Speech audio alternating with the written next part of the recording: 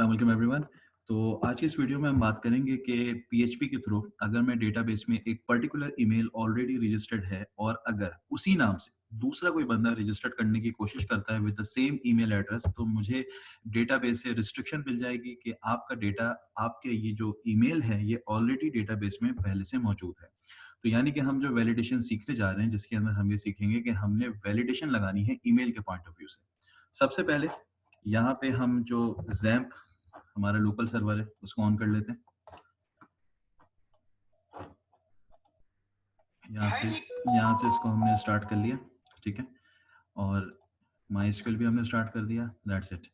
ये करने के बाद अब हमने करना क्या है, आप कोई भी एडिटर अपना ओपन कर लीजिए, चाहे आप ड्रीमवीवर ओपन करें, विजुअल स्टूडियो ओपन करें या नोटपैड ओपन करें, इट्स अप टू यू।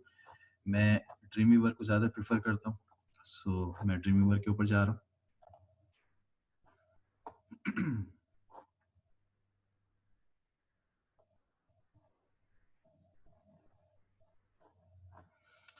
सही। अच्छा जी, यहाँ से अब हमने करना क्या है, अब हम यहाँ से जाएँगे क्रिएट के ऊपर और यहाँ पे मैंने क्लिक करा। यहाँ से मैं एक पीएचपी की फाइल को चूज़ करूँगा, यहाँ से मैंने इसको क्रिएट करा, दैट्स इट। जब हम एक पीएचपी डॉक्यूमेंट ले लेंगे, उसके बाद 1 minute just hang on, check लगा के यहाँ से इसको यस कर देते हैं। ओके, इसको सेव करते हैं। इसको मैं सेव करता हूँ सी में, जो मेरा ज़ैम्प जहाँ इंस्टॉल्ड है वहाँ पे htdocs का फ़ोल्डर है। यहाँ पे मैं इसको सेव करता हूँ फॉर एग्ज़ाम्पल ईमेल वैलिड के नाम से, ठीक है। तो ईमेल वैलिड मेरा फ़ोल्डर का नाम और इसके अंदर फाइल सेव होगी email.php, दैट्स इट। उसके बाद एक और डॉक्यूमेंट यहाँ से मैं लूँगा पीएचपी का, जिसको मैं सेव करूँगा। अच्छा, ये जो डॉक्यूमेंट मैंने लिया है, ये मैंने बनाना है स्पेशली तौर पे डेटाबेस को कनेक्शन करने के लिए। जो डेटाबेस कनेक्ट होता है, वो हम उसकी फाइल सेपरेट बनाते हैं।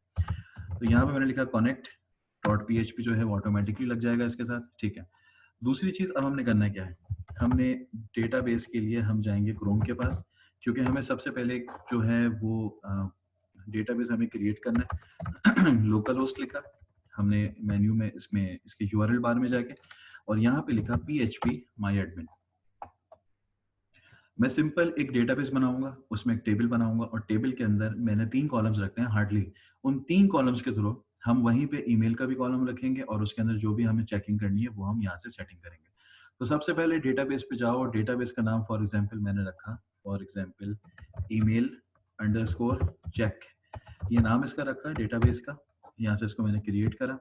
1 minute, oh just hang on, email underscore check, यहाँ से इसको मैंने क्रिएट करा।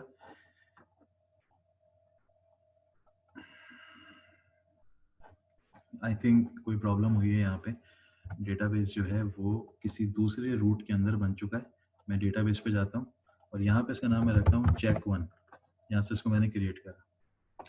तो check1 के नाम से देखो यहाँ पे डेटाबेस मेरा बन चुका है और इसके अंदर एक टेबल बना रहा हूँ स्टूडेंट्स के नाम से, जिसमें कॉलम्स मैं रखूंगा 3। अब सिर्फ 3 कॉलम्स मैंने यहाँ पे रखने हैं। आपने इसको ओके करा। क्यों 3 कॉलम्स, क्यों? क्योंकि मैंने सिर्फ एक आईडी का कॉलम रखना है, यहाँ पे एक आईडी रखी मैंने, ठीक है।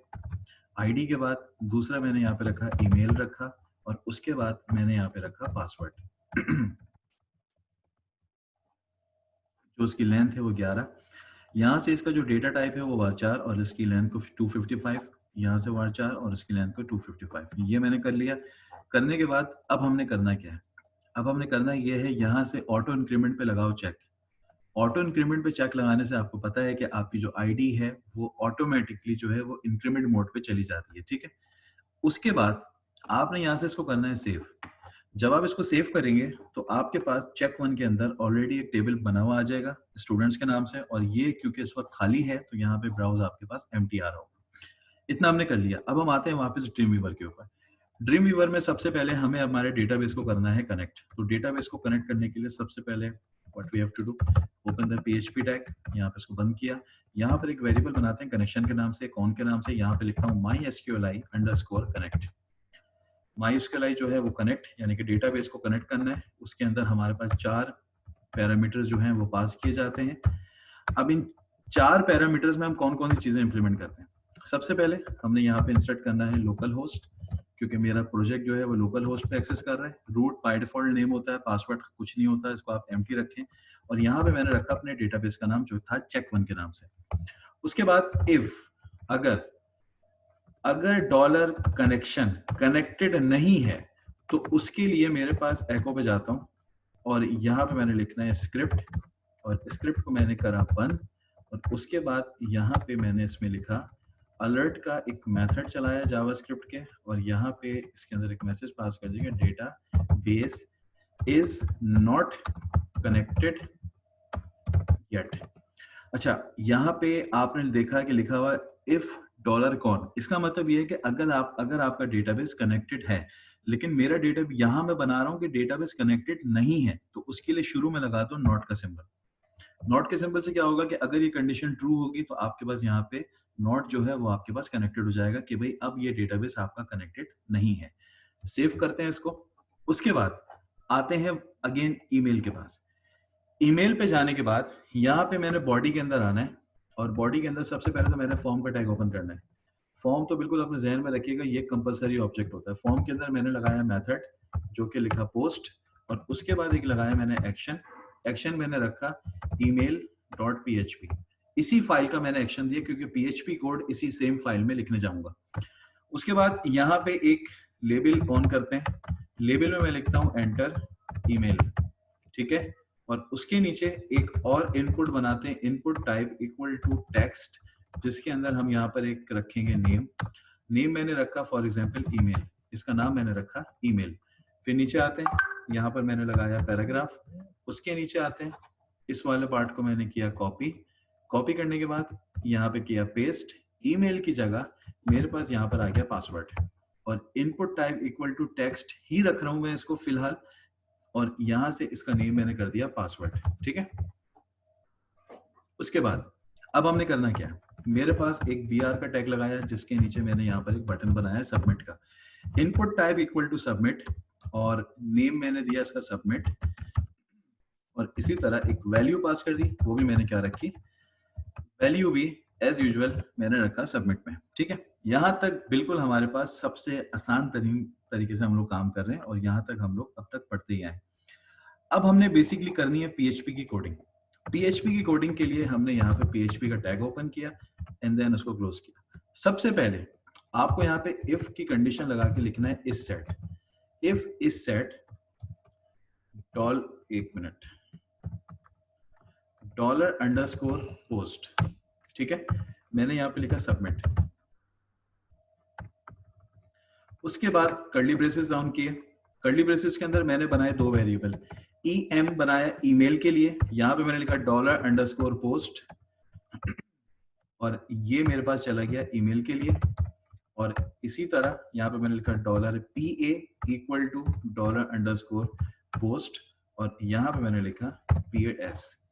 ऊपर देखते हैं कि मैंने लिखा क्या है। ईमेल के लिए मैंने लिखा है ईमेल पूरा, और पासवर्ड में मैंने लिखा है पासवर्ड पूरा, तो यहाँ पे आएगा पासवर्ड कंप्लीट, ठीक है।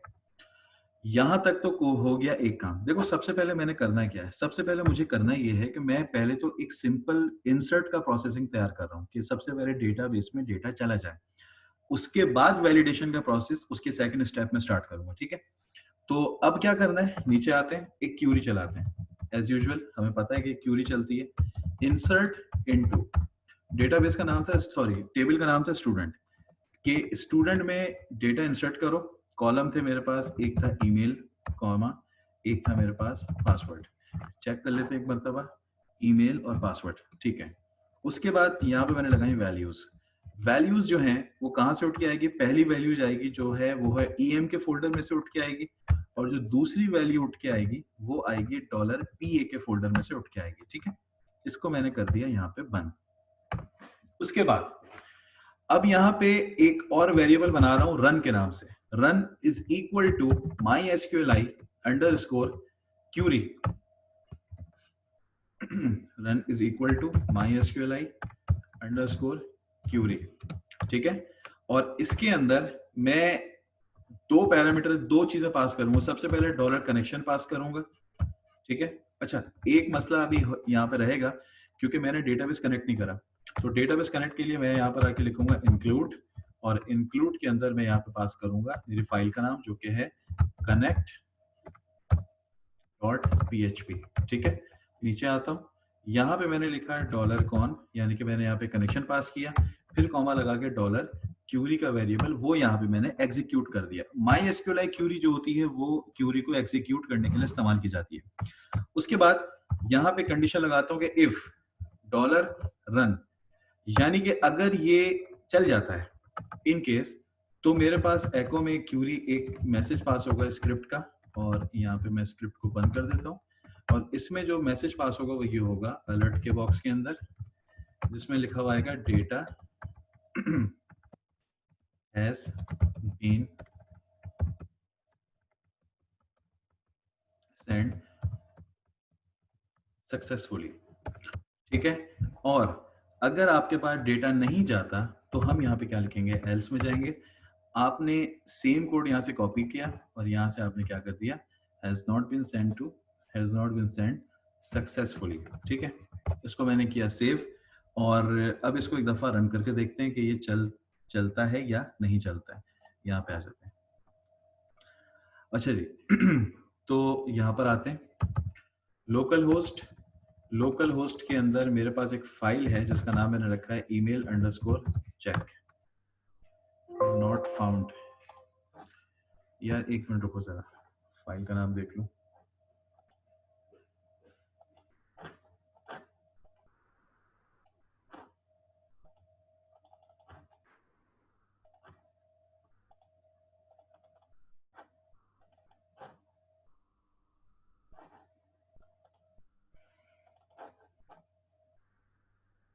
तो फाइल का नाम है ईमेल वैलिड। तो मैं यहाँ पर आके वापस यहाँ पर आता हूँ, ईमेल चेक की जगह मैंने यहाँ पे लिखा वैलिड। ठीक है, फाइल ओपन हो चुकी है email.php। वापस इस पे जाते हैं और यहाँ पे आपको जो भी है डेटा आपको विजिबल हो गया है। यहाँ पे मैं ईमेल डालता हूँ khanowais53@gmail.com, पासवर्ड देते हैं 1234। जैसे ही मैं इसको सबमिट करता हूँ, एक मिनट, ये मैसेज तो नहीं आया मेरे पास, पर एक दफ़ा डेटाबेस में देख लेते हैं। इसको रिफ्रेश करते हैं,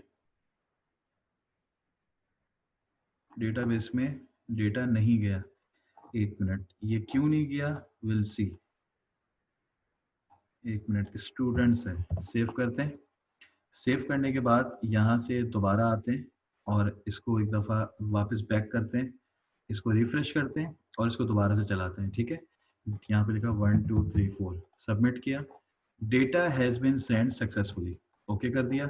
यहाँ पर आते हैं और इसको रिफ्रेश करते हैं, तो मेरे पास यहाँ पे ऑलरेडी एक ईमेल रजिस्टर्ड हो चुकी है जिसका नाम है khanowais53@gmail.com।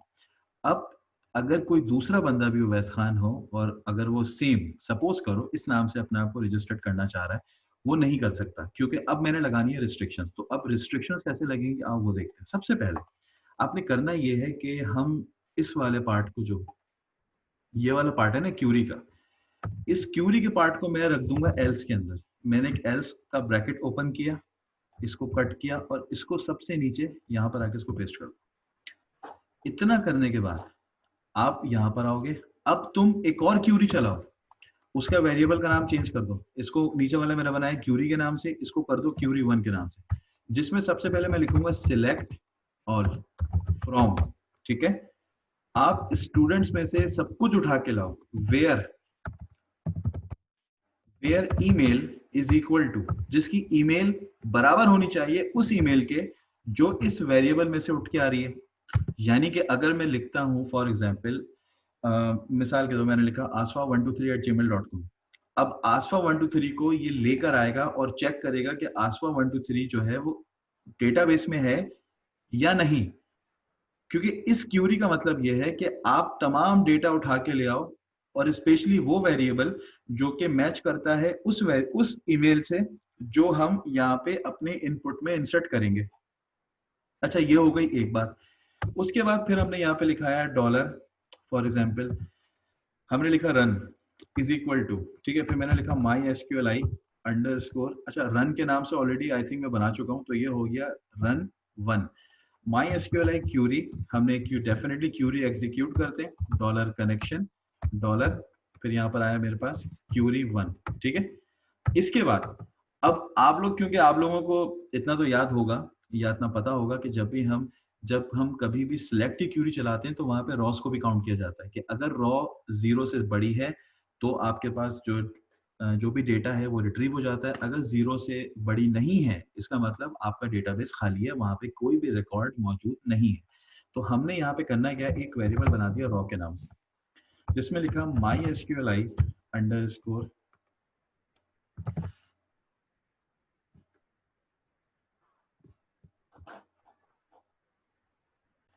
अच्छा, यहाँ पे क्या करते हैं, mysqli underscore num underscore rows, ठीक है। ये मेथड चलाया, इसके अंदर सबसे पहले हमने क्या पास कर दिया, यहाँ पे हमने पास करा डॉलर रन 1, ठीक है। अब नीचे आते हैं, यहाँ पे लिखा इफ डॉलर रॉ, ठीक है, इज ग्रेटर देन 0, कि अगर ये 0 से बड़ी है, यानी कि अगर रिकॉर्ड इसको मैच्ड हो जाता है, जो मैं ईमेल लिख रहा हूं और वही ईमेल अगर डेटाबेस में ऑलरेडी मौजूद है तो रिटर्न करेगा 1। और अगर ये 1 रिटर्न करेगा तो यहाँ पे हमने सिंपल एक मैसेज प्रिंट करवाना है कि स्क्रिप्ट में जाते हैं और स्क्रिप्ट को मैंने किया बंद और यहाँ पे मैं लिखता हूँ अलर्ट में जाके कि एक minute, email has already been registered, ठीक है। और यहाँ से ना बी को कैपिटल कर लेते हैं और आई थिंक काफी है, इट्स क्वाइट इनफ, ठीक है। यहाँ पर इसको सेव कर, अच्छा देखो ये इफ हो गया, इफ के बाद ये मेरे पास एल्स हो गया, सिंपल। वो जो मैंने शुरू में एल्स लगा दिया था ना, वो मैंने इसीलिए लगा दिया था कि ऊपर मैंने इफ लगाना है और ये पूरी क्यूरी मैंने एल्स में डाल दी कि अगर वो 1 रिटर्न नहीं करता तो फिर नीचे की क्यूरी चल जाएगी, लेकिन अगर वो 1 रिटर्न करता है तो आपके पास ये क्यूरी आएगी कि ईमेल ऑलरेडी डेटाबेस में मौजूद है। इसको चेक कर लेते हैं, यहाँ पर आगे इसको रिफ्रेश करते हैं और एक काम करते हैं, एक मिनट रुको जरा, यहाँ से इसको डिलीट करके वापस आता हूँ back to the main directory. इस पे क्लिक करते हैं। अच्छा, ईमेल ऑलरेडी खान उवैस के नाम से मौजूद है, ठीक है। तो मैं यहाँ पे अगेन खान उवैस लिखता हूँ और पासवर्ड देता हूँ 1 2 3, ठीक है, और सबमिट पे क्लिक करता हूँ। तो ये देखो क्या कह रहा है, email has already been registered, यानी कि ये ईमेल ऑलरेडी रजिस्टर हो चुकी है, आप दोबारा नहीं कर सकते। अब इट्स अप टू यू कि तुम कौन सा मैसेज यहाँ पे किस तरीके से डिस्प्ले करवाना चाहते हो, ये तुम्हारे अपने अपने ऊपर है। अच्छा, अगर मैं यहाँ पे इसको इस तरीके से लिखूं, एक मिनट रुको जरा, वैसे मैंने ना लास्ट टाइम स्वीट अलर्ट भी एक टॉपिक पढ़ाया था। अब वो स्वीट अलर्ट को अभी इम्प्लीमेंट नहीं कर रहा क्योंकि वो फिर बहुत सारों को नहीं पता, उसको फिर एक अलग से उसका चैप्टर बना लेंगे। यहाँ पर आते हैं और खान ओएस 53 को 531 कर लेते हैं। अब 1 2 3 करके देखते हैं। अब ईमेल चेंज कर देता हूँ तो data has been send successfully, ठीक है। यानी कि जो ईमेल ऑलरेडी मौजूद है वो दोबारा रजिस्टर्ड नहीं कर रहा, और जो ईमेल यूनिक है, जो सेम नहीं है, जो मैच नहीं करती, उसको ये रजिस्टर्ड कर रहा है। तो आई होप कि तुम्हें ये कॉन्सेप्ट, ये वीडियो समझ में आया कि हमने कैसे एक रजिस्टर्ड ईमेल को जो करंट ऑलरेडी मौजूद है उसकी कि जैसी दूसरी ईमेल यानी कि सेम ईमेल हम रजिस्ट्रेशन में नहीं लेके जा सकते, और यहाँ पे हमारे पास एक रिस्ट्रिक्शन आपके सामने खड़ी हो जाती है। तो बाकी देख लो, अगर कोई प्रॉब्लम है तो इसको दोबारा से देख लेना, समझ लेना, समझ के फिर आप ये कि कमेंट कर लो या कोई मैसेज करके आप हमसे पूछ सकते हो।